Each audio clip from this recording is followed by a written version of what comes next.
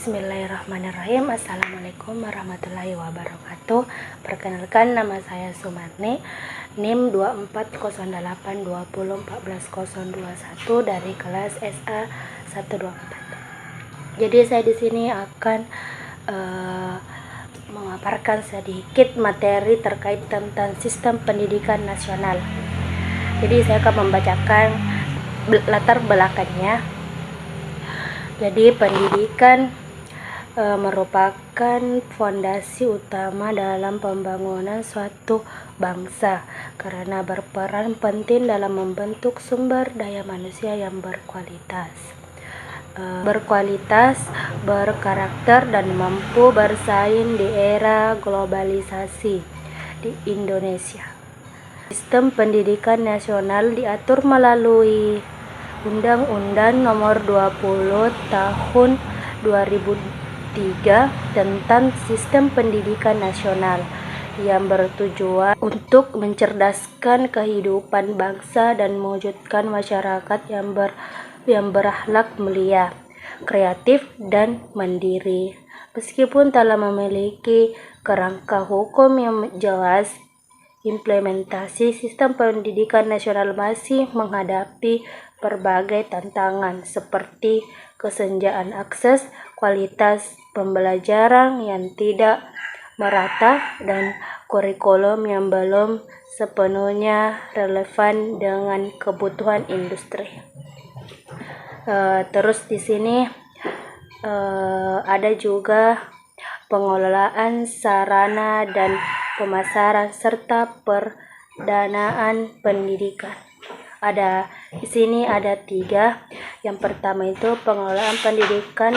Pengelolaan pendidikan merupakan proses perencanaan, pelaksanaan, pengawasan, dan evaluasi sistem pendidikan untuk mencapai tujuan pembelajaran yang efektif.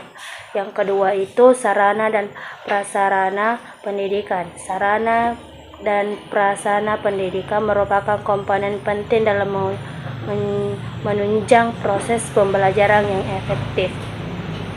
Sarana pendidikan meliputi peralatan dan bahan yang digunakan dalam pembelajaran, sedangkan prasarana pendidikan mencakup fasilitas fisik seperti gedung sekolah, laboratorium, perpustakaan, dan lapangan olahraga. Terus yang ketiga itu pendanaan pendidikan. Pendanaan pendidikan memegang peran krusial dalam menjamin terselenggaranya sistem pendidikan yang berkualitas dan merata. Jadi di sini ada juga sistem evaluasi, akreditasi, dan sertifikasi pendidikan. Di sini ada 3 juga. Yang pertama itu sistem evaluasi. Sistem evaluasi pendidikan di Indonesia merupakan komponen penting dalam menjamin mutu pembelajaran dan pencapaian standar nasional pendidikan. Terus yang kedua itu akreditasi.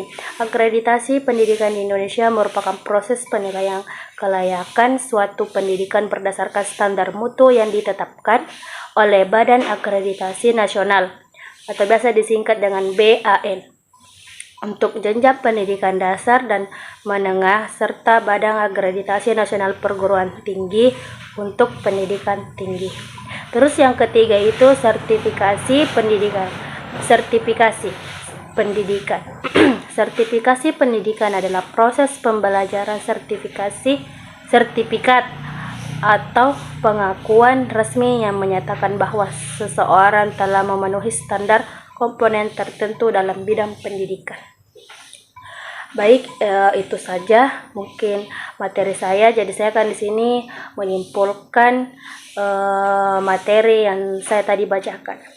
Jadi kesimpulannya itu sistem pendidikan nasional Indonesia telah menunjukkan kemajuan signifikan dalam beberapa dekade terakhir, terutama dalam hal perluasan akses pendidikan berdasarkan UU No 20 tahun 2003 tentang Sisdiknas. Pemerintahan berhasil meningkatkan angka partisipasi sekolah dasar hingga menengah, Namun, kualitas pendidikan masih belum merata di seluruh wilayah Indonesia dengan kesenjangan yang cukup besar antara daerah perkotaan dan perdesaan. Itu saja materi yang saya dapat bawakan. Kurang dan lebihnya mohon dimaafkan. Saya akhiri dengan ucapan wallahu muwaffiq ila aqwamit thoriq. Assalamualaikum warahmatullahi wabarakatuh.